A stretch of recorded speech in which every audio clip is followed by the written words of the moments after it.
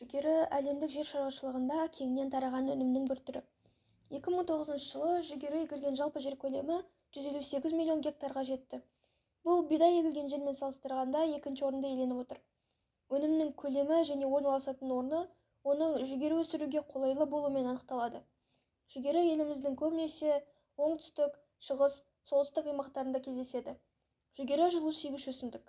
Оның өсіп жетілуі үшін 20-25 градус температура қажет. Ауаның температурасы 12 градусқа дейін төмендегенде жүгерінің өсуі күрт бәсеңдейді. Өсімдік сарғаяды және жиі ауырады. Ал температура 3 градустан төмендесе, көктемде жүгерінің көгі, күзде жапырақтары өліп қалады. Сол себепті Алматы облысы жүгері өндірісі бойынша Қазақстандағы көшбасшы аудан. Жалпы жүгері өсіру үшін климаттың жылы болғаны дұрыс. Жүгері басқа дақылдарға қарағанда ең көп өнім беретін дақыл. Оны жақсылап күткен жағдайда әр гектардан 12-14 тоннаға дейін таза дән, 30-40 тонна төңірегінде сүрлем алуға болады. Жүгері маңызды астықтық және мал азықтық өсімдік. Жүгерінің техникалық дақыл ретінде де маңызы зор. Жүгері астығының 20% азыққа, 15-20% техникалық мақсатқа, аз бөлігіне жуығы мал астығына қолданылады. Жалпы қолдану аймағы үлкен.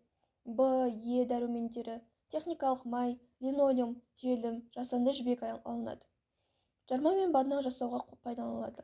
Жүгерінің біздің елімізде кең таралғаны кремнийлі және тістәрізділері. Малға, жемге көбінесе тістәрізділері, ал ұн және жармаға кремнийлі жүгерілер пайдаланылады. Өте ерте пісетін сорттары мен будандары кремнийлі жүгерге жатады. Крахмал сірнесін қандай мақсатта қолданылады? Жүгерінен алынатын крахмал тағам өндірісі, кондитерлік өнімдер, жеңіл өнеркәсіп, тоқыма, қағаз полиграфиясы, темекі, сыра қайнату және шырын жасау өнеркәсібінде, сондай-ақ құрылыс материалдары өндірісінде жоғары сұранысқа ие. Жаркент крахмал зауытында өндірілетін өнімнің 60%-ын Қазақстанда кәсіпорындар тұтынып отыр. Бұлардың арасында Рахат кондитер зауыты, Алинекс, Ақсай-нан, Карлсберг Қазақстан, LG бренд сияқты танымал компаниялар бар.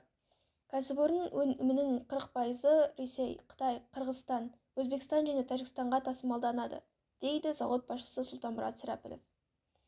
Жаркент зауыты қазір күніне 300 тонна жүгері өңдейді. Зауыт осы салада Қазақстан ғана емес, Орта Азиядағы ең ірі өндіріс орындарының біріне айналды.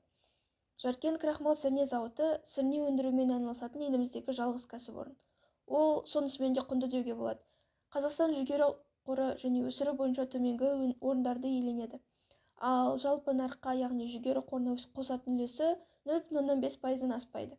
Біздің ғалымдардың ауа райы жағдайына бейімделетін жүгерінің жоғары сорттарын жасаудағы еңбегі де орасан зор. Соның арқасында біз өте көп көлемде өнім алып, оны өзге мемлекеттерге экспорттаймыз. Соңғы 10 жыл ішінде біздің тұқымдар Ресейде, Украина, Хорватия, Түркия, Румыния, Болгария және Польшада, Франция мен Испания елдерінде өсіріле бастады. Қазіргі таңда нақты инвесторлары жоқ, алайда осы салаға шақыруға болатын бірнеше инвестор компаниялар бар. Мысалы, мына ауыл шаруашылығын инвестициялаумен айналысатын компаниялар өндірісті дамытып, әлемдік нарыққа жол ашуы мүмкін. Олардың қатарына Агрохолдинг, Агродормаш және Агрожайна секілді компанияларды жатқызуға болады.